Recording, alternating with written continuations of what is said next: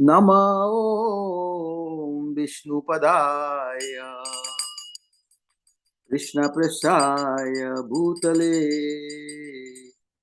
श्रीमते भक्तिवेदांत स्वामी इति नामिने। नमस्ते सरस्वती देवे गौरवाणी प्रचारिणे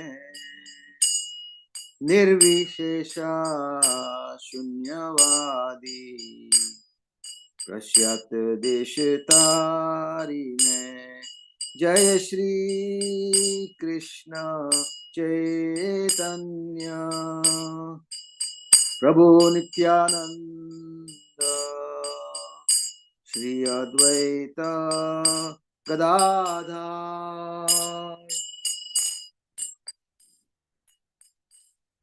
श्रीवासादि गौर भक्तवृंद। जय श्री कृष्ण चैतन्य प्रभु नित्यानंद श्री अद्वैत गदाधर श्रीवासादि गौर भक्तवृंद। हरे कृष्णा कृष्ण कृष्ण हरे हरे, हरे राम राम राम हरे हरे। हरे कृष्णा कृष्ण कृष्ण हरे हरे, हरे राम राम राम हरे हरे। हरे कृष्णा कृष्ण कृष्ण हरे हरे, हरे राम राम राम हरे हरे। हरे कृष्णा कृष्ण कृष्ण हरे हरे, हरे राम राम राम हरे हरे। हरे कृष्णा कृष्ण कृष्ण हरे हरे, हरे राम राम राम हरे हरे। हरे कृष्णा कृष्ण कृष्ण हरे हरे, हरे राम राम राम हरे हरे। हरे कृष्णा कृष्ण कृष्ण हरे हरे, हरे राम राम राम हरे हरे। हरे कृष्णा कृष्ण कृष्ण हरे हरे, हरे राम राम राम हरे हरे। हरे कृष्णा कृष्ण कृष्ण हरे हरे, हरे राम राम राम हरे हरे। जय ओम विष्णुपाद परमहंस परिविचार्य अष्टोत्तरस् Shri Shri divine grace A C Bhaktivedanta Swami Shri Prabhupada की जय। जय ओम विष्णुपाद परमहंस परिविचार्य अष्टोत्तरस् Shri divine grace Bhaktisiddhanta Goswami महाराज प्रभुपाद की जय। अनंत कोटि वैष्णव की जय। नामाचार्य हरिदास ठाकुर की जय। प्रेम से कहो श्री कृष्ण चैतन्य प्रभु नित्यानंद श्री अद्वैत गदाधार शिवासदि गौर भक्तवृंद की जय। श्री श्री राधा कृष्ण गोपीनाथ श्याम कुंड राधा कुंड गिरी गोधाम की जय। वृंदावन धाम की जय, मथुरा धाम की जय, मायापुर नवदी धाम की जय, जगन्नाथपुरी धाम की जय, गंगा मई जमुना मई की जय, तुलसी देवी भक्ति देवी की जय। Samaveta Bhaktivinoda ki jai. All glories assembled devotees. All glories assembled devotees. All glories to Shri Guru and Gauranga. Jai, Jai, Jai. Thank you so much, Mahesh Pandit Prabhu. Hare Krishna. And Hare welcome Krishna. to everyone for Srimad Bhagavatam class with His Holiness Jayadvaita Swami. It is Wednesday, October 2nd, 2024 in New York. And tonight we're starting with Srimad Bhagavatam, Canto 4, Chapter 6, verse number 6. And we're so glad that Maharaj could be with us. Thank you, Maharaj. Hare Krishna. Hare Krishna. Thank you, Kendra Prabhu. Om Namo Bhagavate Vasudevaya. Om Namo Bhagavate Vasudevaya. Om Namo Bhagavate Vasudevaya. We are reading from Srimad Bhagavatam, Canto 4, Chapter 6, entitled Brahma Satisfies Lord Shiva. And verse number 6. Ashasana Jivitam Advarasya Loka Sapalah Kupite Na Yasmin Tamashu Devam Priyaya Vihinam Kshamapayadvam Rudhi Vidvam Duruptaihi. Lord Brahma also advised them that Lord Shiva is so powerful that by his anger, all the planets and their chief controllers can be destroyed immediately. Also, he said that Lord Shiva was especially sorry because he had recently lost his dear wife and was also very much afflicted by the unkind words of Daksha. Under the circumstances, Lord Brahma suggested it would behoove them to go at once and beg his pardon.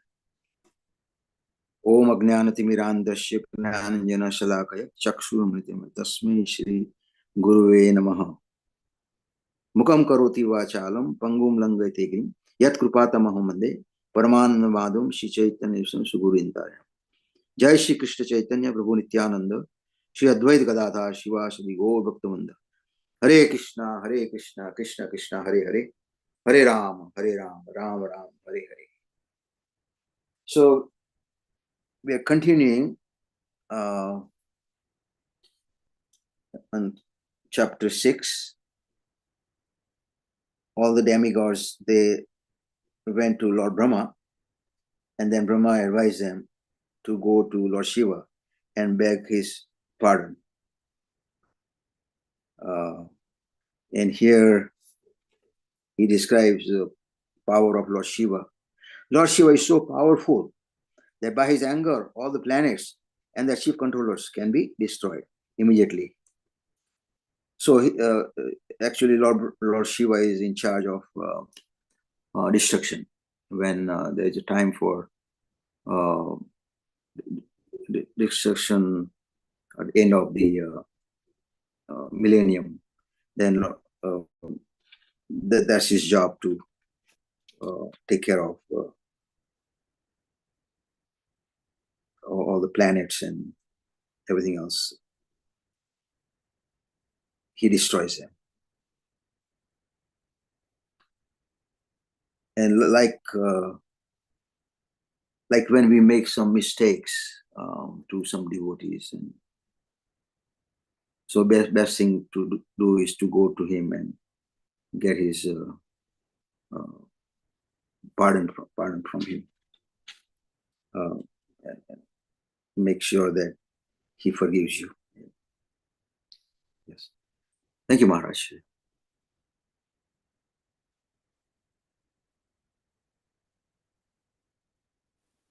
Namam Vishnu Padaya Krishna Prishtaya Bhutale Srimate Bhakti Vedanta Swaminiti Namini Namaste Saraswati Deve Gauravani Pracharane Nirvishesha Shunyavadi Paschatite Satanare. The Ashasana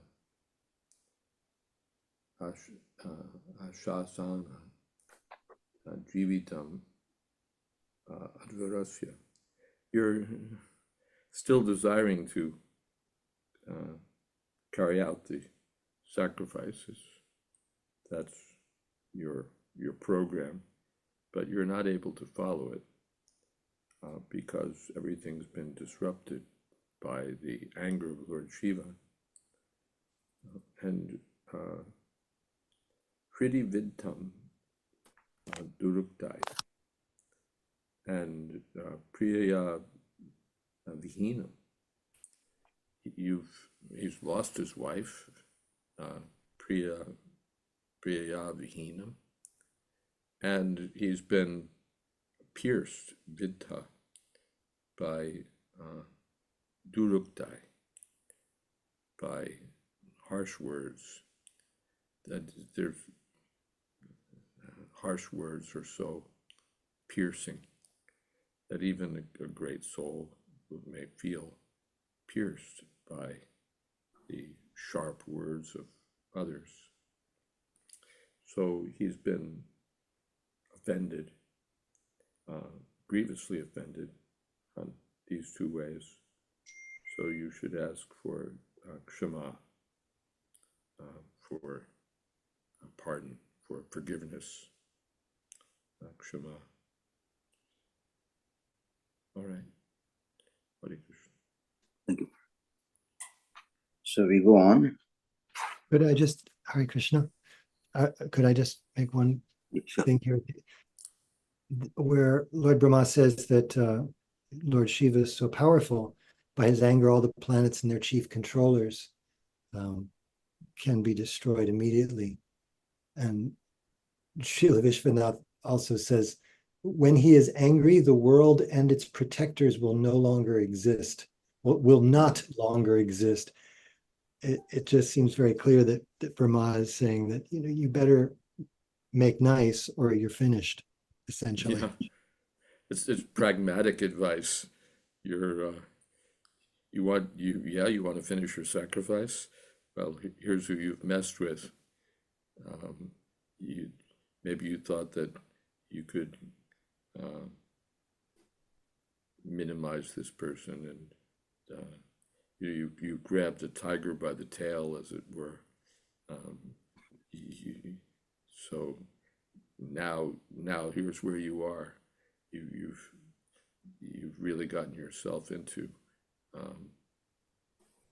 deep trouble. You've offended. All right, you've offended someone, but who did you offend? The person who can destroy you and the whole universe. So just for your own good, you have to ask forgiveness.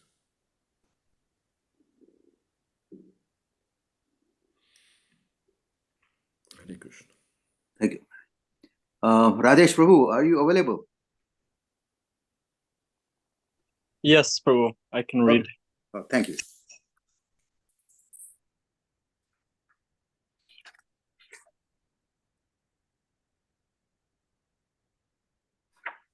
Text 7. Naham na yagya na chayuya manye ye deha bhajo munayascha tattvam vidu pramanam balavirya yorva yasyatma tantrasya ka upayam vidhitset. Lord Brahma said that no one, not even himself, Indra, all the members assembled in the sacrificial arena, or all the sages could know how powerful Lord Shiva is. Under the circumstances, who would dare to commit an offense at his lotus feet? After Lord Brahma advised the demigods to go to Lord Shiva and beg his pardon, it was suggested how he should be satisfied and how the matter should be placed before him. Brahma also asserted that none of the conditioned souls, including himself and all the demigods, could know how to satisfy Lord Shiva. But he said, "It is known that he is very easily satisfied, so let us try to satisfy him by falling at his lotus feet." Actually, the position of the subordinate is always to surrender to the Supreme. That is the instruction of Bhagavad Gita. The Lord asks everyone to give up all kinds of concocted occupations and simply surrender unto him. That will protect the conditioned souls from all sinful reactions. Similarly, in this case, Brahma also suggested that they go and surrender unto the lotus feet of Lord Shiva. For since he is very kind and easily satisfied, this action would prove effective. Namo Om Vishnu Padaya Krishna Prishtaya Bhutade Gurudasa Jayadvaita Swami Namani. Yeah, more pragmatic advice. The position of Lord Shiva is so great. You've Vishnu Chakravarti Thakur comments, you've all come and surrendered to me, but let's go right to the source. I can't help you. I don't even fully understand. I can't conceive the power. I can't touch the power of Lord Shiva. So let's go and surrender unto him. And in one sense, they're very fortunate. There's a lot of, I know I had mentioned a couple of classes ago how in one sense, it's a good fortune to have the reactions come very quickly and to know who it is that you've offended. Because sometimes it's a little bit more difficult. I was thinking, we were discussing recently the pastime in which Rupa Goswami had unknowingly offended a Brahmana. And he didn't know why his meditation had broken. He didn't know how to ameliorate the situation until Sanatana Goswami advised him, throw a feast. Whoever doesn't come, that's who you've offended. But in this case, they're fortunate in the sense that it's very clear who they've offended. It's unfortunate how great the personality is that they've offended. But then on the flip side, again, they're fortunate that he's Asutosh. He's so easily pleased. He's so easily satisfied by their prayers. And I think it's kind of interesting, the dichotomy of the chaos of the sacrifice and the peaceful situation in which Lord Shiva's spending his time in meditation. And the majority of this chapter, I think 20 some odd verses, most of the chapter is dedicated to describing the peaceful scene of Lord Shiva's meditation and his abode, which I find maybe humorous is the wrong word, but very revealing, just the difference between the chaos of a sacrifice gone wrong and the peaceful situation of Shiva's atmosphere of meditation. So when the demigods go there, they get to get a glimpse into that peaceful situation that could exist in harmony in serving such a great Vaishnava instead of offending him. Maharaj, if you have something more. That's Himalaya and that's Kailash Parvat. Nice.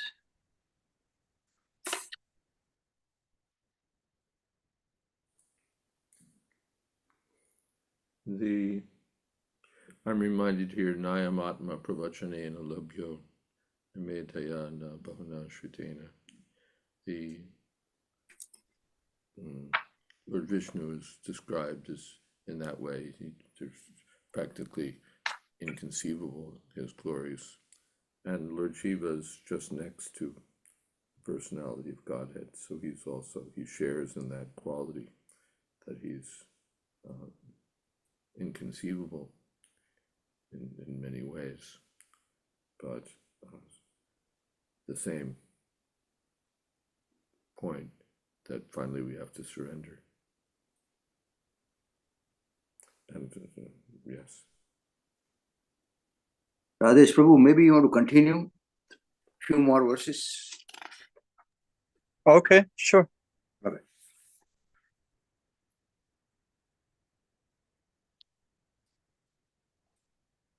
Text 8.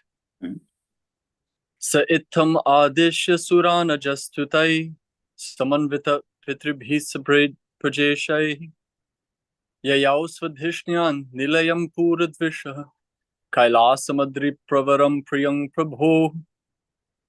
Nice alliteration. Pravaram priyam prabho. After this instructing, all the demigods, the pitas, and the lords of the living entities, Lord Brahma took them with him and left.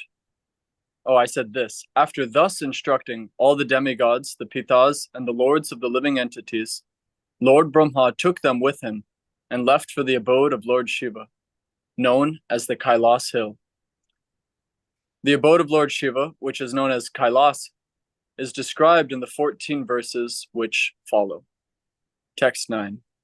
Janmaushadhitapo mantra yoga siddhar naretarai jushtam kinnar gandharvair apsaro bhirvatang sada. The abode known as Kailas is full of different herbs and vegetables, and it is sanctified by Vedic hymns and mystic yoga practice. Thus, the residents of that abode are demigods by birth and have all mystic powers. Besides them, there are human beings. There are other human beings who are known as Kinnaras and Gandharvas, and are accompanied by their beautiful wives, who are known as Apsaras, or angels. I like the word Kinnara, meaning are you a human being? Is this a nara? I just thought it's kind of funny in the context. There are other human beings who are known as, are they human beings? So some fantastic living entities. Oh, we have a comment from Saraswati Devi. Pranams Param Puja Maharaj and all the Vaishnavas. One can observe that often we may feel this concession, that concessions ought to be made when we commit offenses or sinful actions, and should be forgiven when we are sincerely apologetic, and yet have trouble forgiving those who may have hurt us despite their sincerity. This is clear hypocrisy. How can we address this failing, knowing it's hypocrisy, and yet we still carry the grudge?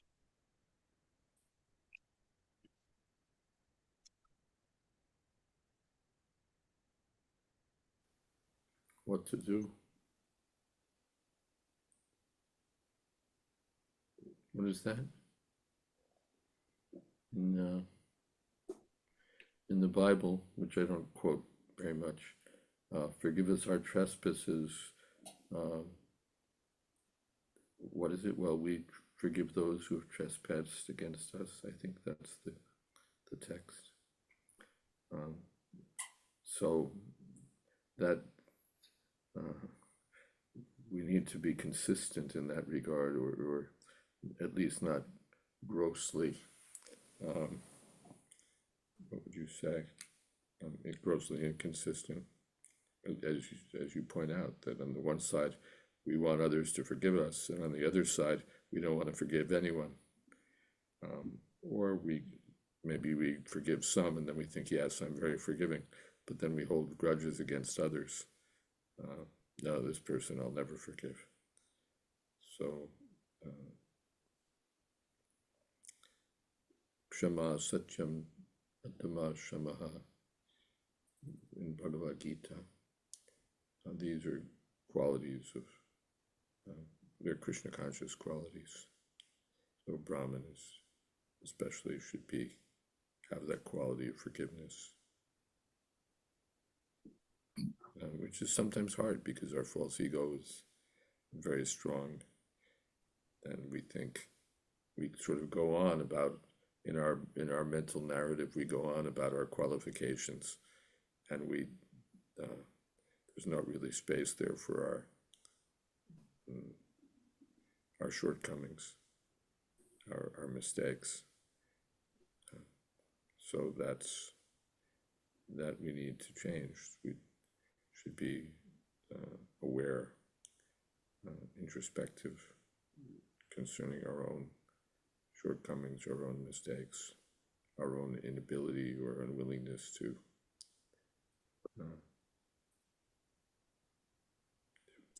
forgive others, or to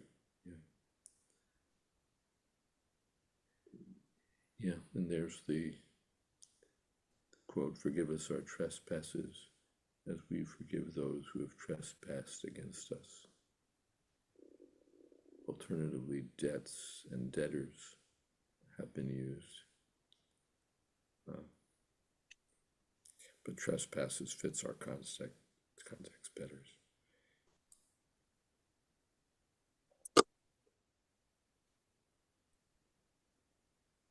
I had a thought in this regard, Guru Maharaj, that maybe there's a slight nuance that forgiveness doesn't then have to result in continued intimacy with someone who's very offensive or harsh. You can forgive, but hold someone at arm's length if there's some danger that the person will continue to offend or continue to abuse.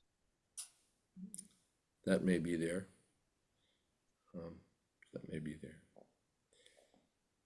it's hard to say. Yeah, it shouldn't be because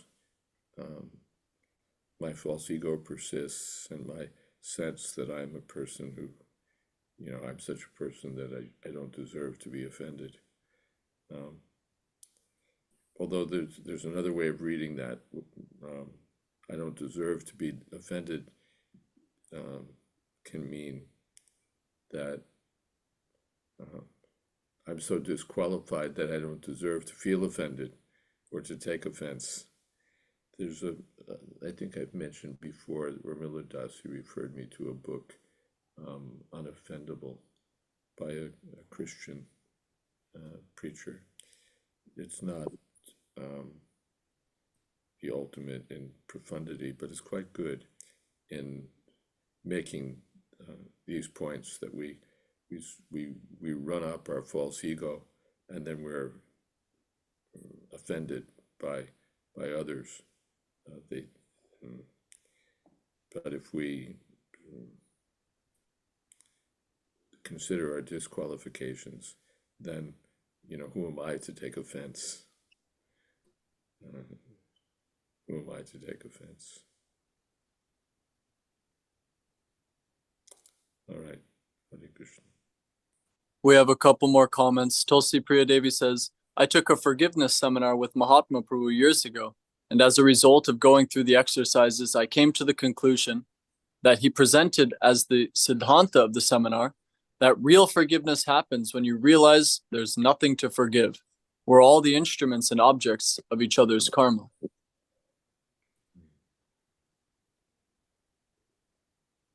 And it's the quality of a great soul to forgive. And another comment from Saraswati Devi, problem is often we are our own worst enemy. After receiving forgiveness, we may commit the same transgressions again.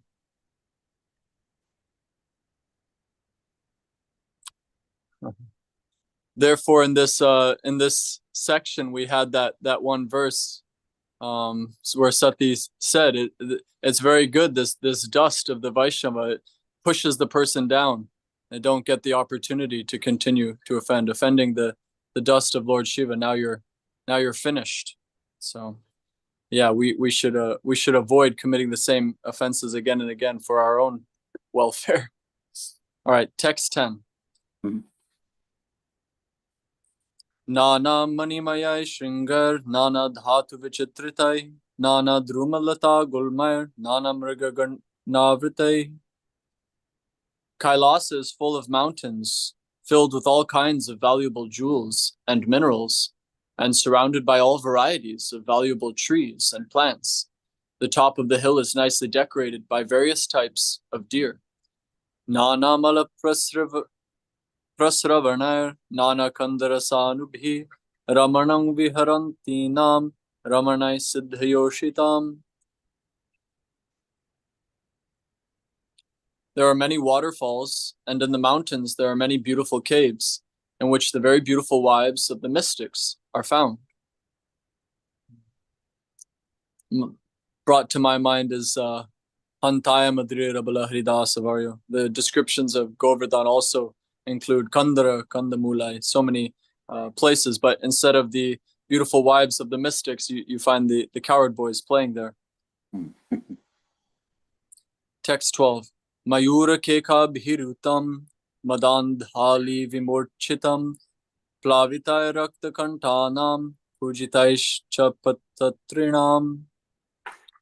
On Kailasa Hill, there is always the rhythmical sound of the peacock's sweet vibrations and the bees humming.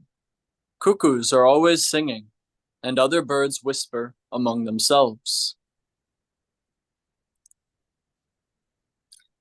Ahvayantam ivodhastair dvijan kamadughair drumai, rajantam iva matangair, granantam iva nirjharai. There are tall trees with straight branches that appear to call the sweet birds. And when herds of elephants pass through the hills, it appears that the Kailas hill moves with them. When the waterfalls resound, it appears that Kailas hill does too. I'm trying to be faithful to the Sanskrit. I've said Kailash with a sh sound my whole life, but I'm reading it now and I'm deciding to say Kailasa.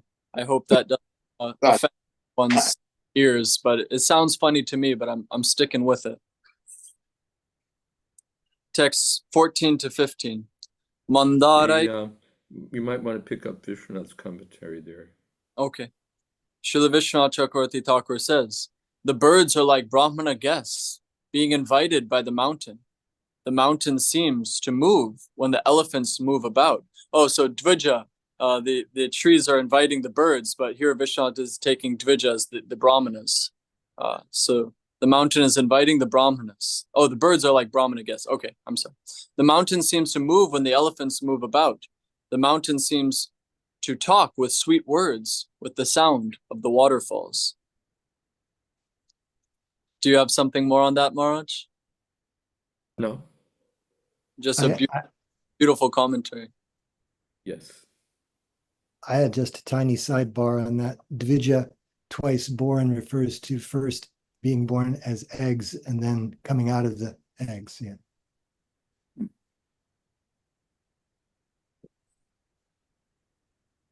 Text 14 to 15.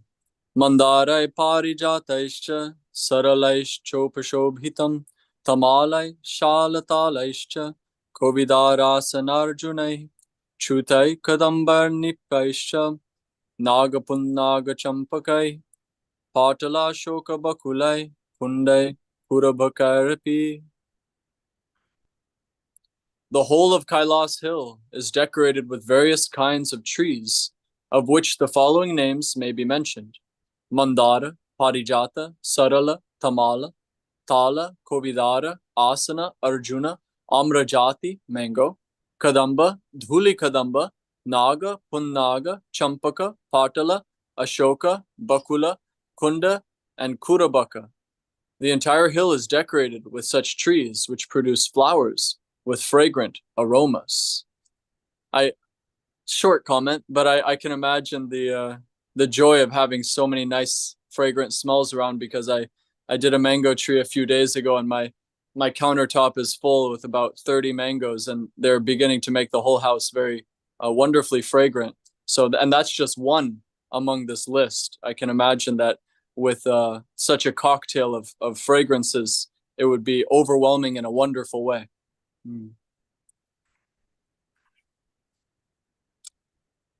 Text 16. Svarnarna shatapatraischa vararenuka jatibihi kubjakar mallika bhishcha madhavi bhishcha manditam. There are other trees also which decorate the hill, such as the golden lotus flower, the cinnamon tree, malati, kubja, mallika, and madhavi. Vishwanath Chakravarti Thakur supplies that Renuka is cardamom and Jati is jasmine. Panasodumbarashvatta plakshanyo grodha hingubhi bhurjair oshadhibhi pugai rajapugaischa jambubhi. Kailasa Hill is also decorated with such trees as kata, jackfruit, julara, banyan trees, plakshas, nyagrodhas, and trees producing asafoetida. Also, there are trees of betel nuts and bhurjapatra, as well as rajapuga, blackberries, and similar other trees. Karjuramra takamradhyai priyala madhukengudai drumajatbhiranyaischa rajitang venu kichakai. There are mango trees, priyala, madhuka, and inguda. Besides these, there are other trees like thin bamboos, kichaka, and varieties of other bamboo trees, all decorating the tract of Kailas Hill. And we get a description from Chakravarti Thakur about two types of bamboo, one hollow and one not, and so many varieties of mangoes being described. Text 19 to 20. Kumudot palaka lara shatapatra vanardhibihi nalinishu kalankujat khagavrindo pashobhitam Mrigai, Shakam Mrigai, Krodar, Mrigendra Riksha Shalyakai, Gavayai, Sharabhair Vyagrai, Rurubhir Mahishadbihi.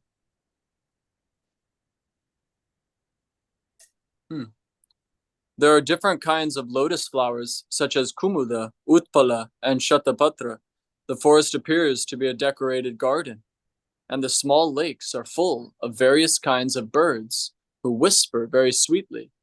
There are many kinds of other animals also, like deer, monkeys, boars, lions, rikshas, shalyakas, forest cows, forest asses, tigers, small deer, buffalo, and many other animals who are fully enjoying their lives.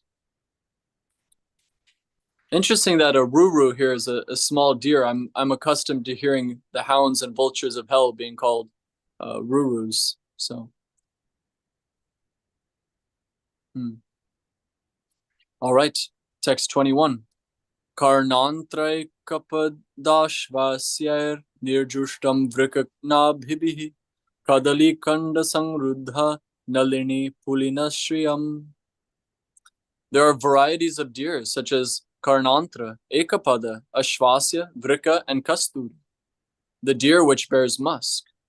Besides the deer, there are many banana trees which decorate the small hillside lakes very nicely.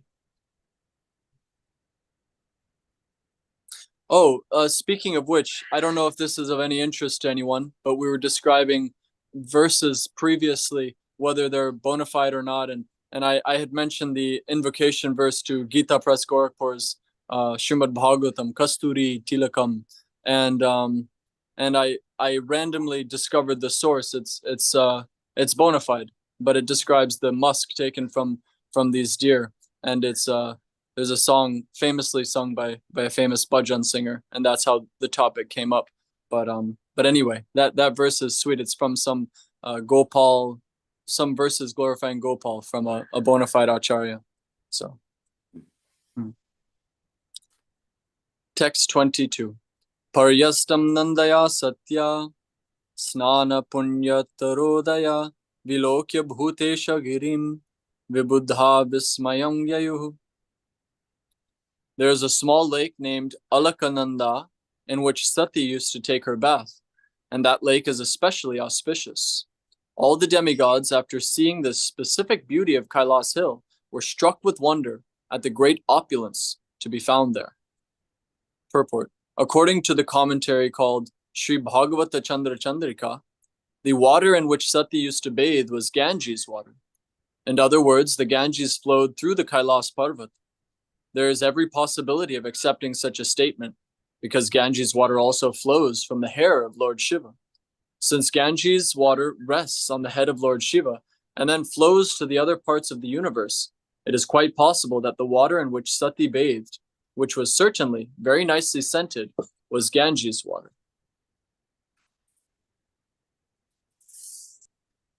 Any comments? Any thoughts? Should I continue? Yeah, please. Text 23. Dadrishus tatrate ramyam alakam namavai purim vanang saugandhikam chapi yatra tannama pankajam. Thus the demigods saw the wonderfully beautiful region known as Alaka, and the forest known as Saugandhika, which means full of fragrance. Gandha prativyangcha, which means full of fragrance. The forest is known as Saugandhika because of its abundance of lotus flowers. Sometimes Alaka is known as Alakapuri, which is also the name of the abode of Kuvera. Kuvera's abode, however, cannot be seen from Kailasa. Therefore, the region of Alaka referred to here is different from the Alakapuri of Kuvera. According to Viraraghava Acharya, Alaka means uncommonly beautiful. In the region of Alaka, the demigods saw there is a type of lotus flower known as Saugandhika that distributes an especially fragrant scent. Text 24. Nanda chalaka nanda cha saritau bahyata purah tirthapada padam bhoja rajasativa pavane. They also saw the two rivers named Nanda and Alakananda. These two rivers are sanctified by the dust of the lotus feet of the Supreme Personality of Godhead, Govinda. Yayo Surastriya Kshattar Avaruhya Swadishnyataha Kriranti Pungsa Sinchantyo Vigahya Karshita. My dear Kshatta, Vidura, the celestial damsels came down to those rivers in their airplanes with their husbands, and after sexual enjoyment they enter the water and enjoy sprinkling their husbands with the water. Purport. It is understood that even the damsels of the heavenly planets are polluted by thoughts of sex enjoyment, and therefore they come in airplanes to bathe in the rivers Nanda and Alakananda. It is significant that these rivers Nanda and Alakananda are sanctified by the dust of the lotus feet of the Supreme Personality of Godhead. In other words, just as the Ganges is sacred because its water emanates from the toes of the Supreme Personality of Godhead, not iron, so whenever water or anything is in touch with devotional service to the Supreme Personality of Godhead, it is purified and spiritualized.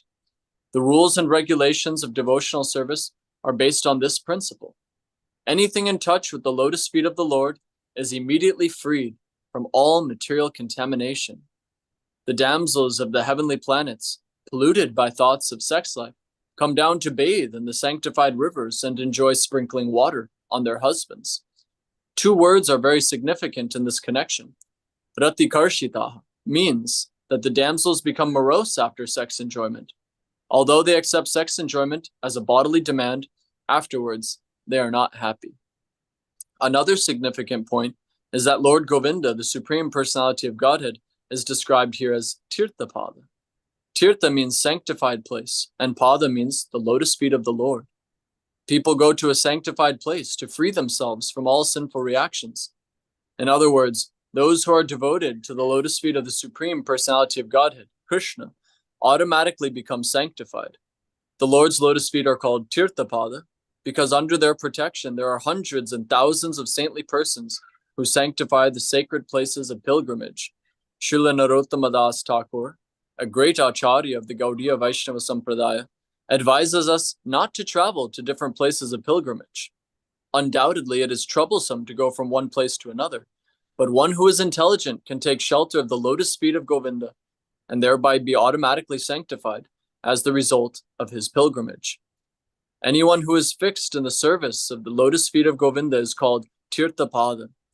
He does not need to travel on various pilgrimages, for he can enjoy all the benefits of such travel simply by engaging in the service of the lotus feet of the Lord. Such a pure devotee, who has implicit faith in the lotus feet of the Lord, can create sacred places in any part of the world where he decides to remain. Tirti kurvanti tirtani. The places are sanctified due to the presence of pure devotees. Any place automatically becomes a place of pilgrimage if either the Lord or his pure devotee remains or resides there.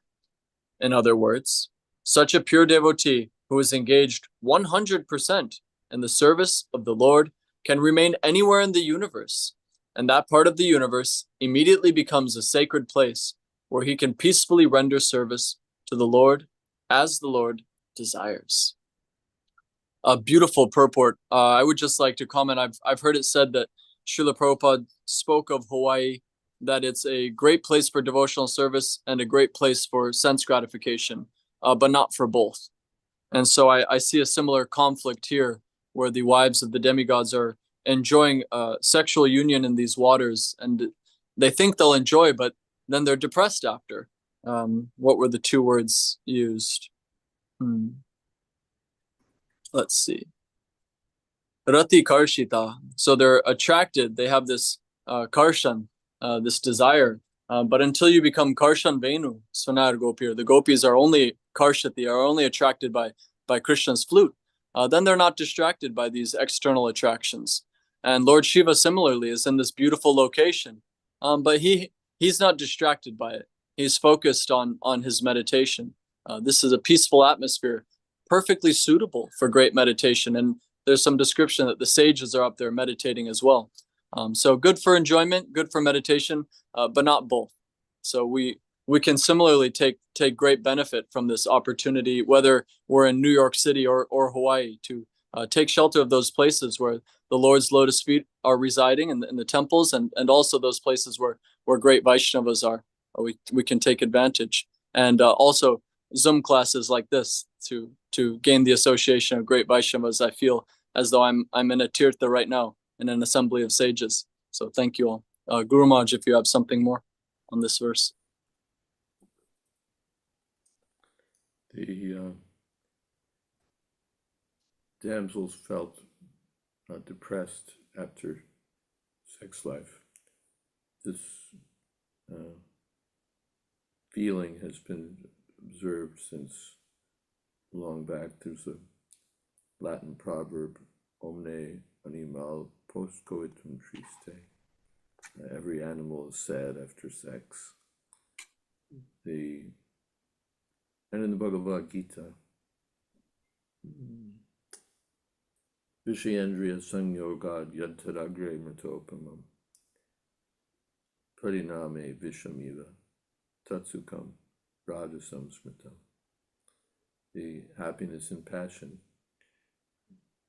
results from Vishyendriya. Vishyendriya means contact of the senses with the sense objects. Sex is certainly all about that. Vishyendriya Samyoga. Yatadagre Mitopam. That kind of happiness is just like nectar at the beginning. But Pariname Vishamiva, at the end, it's just like poison. And this is, sex seems so enjoyable, but then as a result of sex, there's entanglement and hard work and so much trouble. Or, anyway, we all know the dramas and miseries and so on that proceed from sex life. So at the beginning, just like nectar, but at the end, just like poison. In any case, one can be purified by the being in the presence of a pure devotee of the Lord. Hare Krishna. We have a question from Preeti Purnamadavi Devi Dasi. Hare Krishna Maharaj, wouldn't it be an offense to bathe in the sacred rivers with the enjoyment?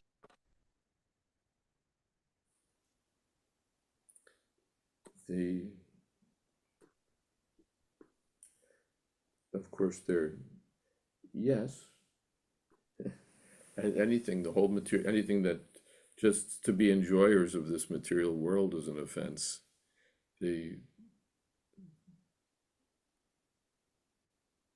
But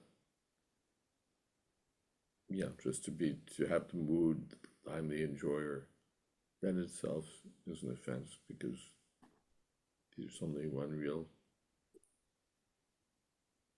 enjoyer, everyone else is servant. But it's acceptable. And for the denizens of the higher planets to enjoy sex life according to their level of privilege is accepted. And therefore people, let me go to the heavenly planets. This is a big incentive. It's understood that in the heavenly planets there are beautiful women. So let me go there and enjoy sex life. Anyone, if he becomes wealthy and he wants to enjoy sex life, when he gets power, then he wants to enjoy sex life. So this is passion. One gets power, one gets money, or one is blessed with beautiful, good looks. Then let me enjoy. This is the material mentality. Let me enjoy, let me enjoy. But the result of let me enjoy is now I have to suffer.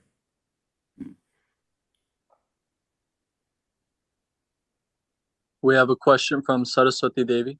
I may have misunderstood, but I thought the demigods were actually surprised upon seeing the great opulences of Kailas because of Daksha, because Daksha had implied Lord Shiva was unclean and resided in an unclean place. But we hear here how demigods visited Kailas and enjoyed the opulence there too.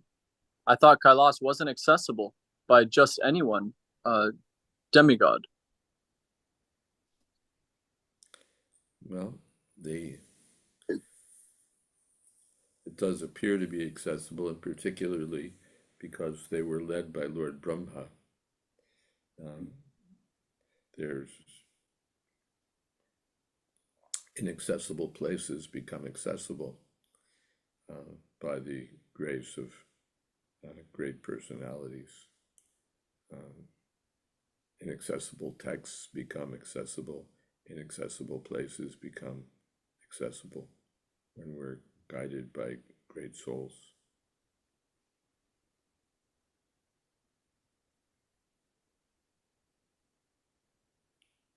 Hare Krishna.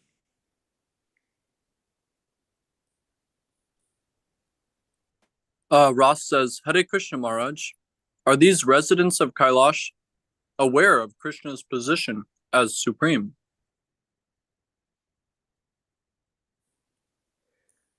They may or may not be.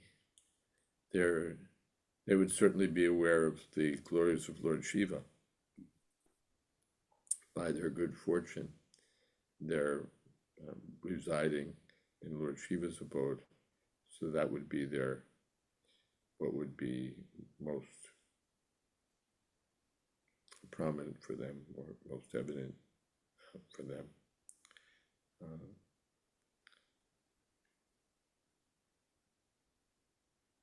Yeah. Hare Krishna.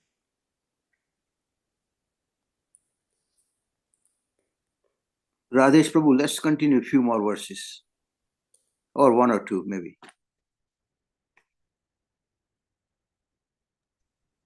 All right. We are on 26. 26. Yayostatsnana vibhrashtam navakunkama pinjaram vritashopi pibantyambha payayanto gajagaji. After the damsels of the heavenly planets bathe in the water, it becomes yellowish and fragrant due to the kumkum from their bodies. Thus the elephants come to bathe there with their wives, the she-elephants, and they also drink the water, although they are not thirsty. Chakravarti Thakur says, elephants, though not thirsty, drink the water of those two rivers because the waters have become yellow and fragrant from the bathing of the women. So it seems like there's a whole ecosystem, a whole program taking place that, although it may not necessarily be directed at devotional service, the elephants are then benefited by these damsels bathing there. So although they may be offensive in their mentality, in the sense of enjoying spirit, they're benefiting the elephants. So I suppose one could say that's there. Text 27. I can stop here now. There's a little purport there. We can do some kirtan now. Yes, Prabhu. Krishna Kaunteya Prabhu, you're on.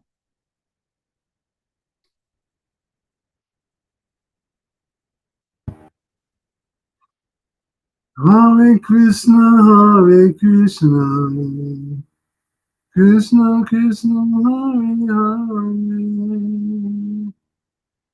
Hare Rama, Rama Rama,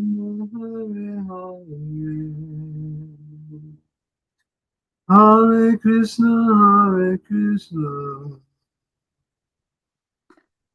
Krishna Krishna Hare Hare, Hare Rama Hare Rama, Rama Rama Hare Hare, Hare Krishna Krishna Krishna Hare Hare, Hare Rama Hare Rama, Rama Rama Hare Hare, Hare Krishna Krishna Krishna Hare Hare, Hare Rama Hare Rama, Rama Hare Hare, Hare Krishna Krishna Krishna Hare Hare, Hare Rama Hare Rama, Rama Rama Hare Hare, Hare Krishna Krishna Krishna Hare Hare, Hare Rama Hare Rama, Rama Rama Hare Hare, Hare Krishna Krishna Krishna Hare Hare, Hare Rama Hare Rama, Rama Rama Hare Hare, Hare Krishna Krishna Krishna Hare Hare, Hare Rama Hare Rama, Rama Rama Hare Hare, Hare Krishna Krishna Krishna Hare Hare, Hare Rama Hare Rama, Rama Hare Hare, Hare Krishna Krishna Krishna Hare Hare, Hare Rama Hare Rama, Rama Hare Hare, Jai Sripa Ramsa Pariraja Jayastuta Sadashri Shrima, His Divine Grace, Bhakti Siddhanta Saraswati Goswami, Srila Prabhupada Gita, Nanta Koti Vaishnava Vrinda Kija, Namacharya Srila Sakur Kija, Ring Se Gaho Sri Krishna, Chaitanya Prabhu Nityananda, Sri Advaita Gadadhar, Shivasari Gaura Bhakti Vrinda Gita. All glories to the assembled devotees, all glories to the assembled devotees, all glories to the assembled devotees. Jai Sri Guru and Guru Jai Jayadvaita Maharaj Ki Jai. Jai, Jai, Jai. Thank you so much, Krishna Konte Prabhu. Hare Krishna. And thank you everyone for being here. Thank you, Mahesh Pandit Prabhu, for hosting, and Radhesh Prabhu for all your reading. And Maharaj, we're so glad you could be with us. Hare Krishna. Thank you. Srimad Bhagavatam ki Jai. Srila Prabhupada ki Jai. His Holiness Jayadvaita Swami Maharaj ki Jai. Samaveta Bhaktivinoda ki Jai. Gaur Premanande. Hari Bol. Thank you, Maharaj. Thank you, Mahesh Pandit Prabhu. Nice hosting. Hare Krishna. Hare Krishna.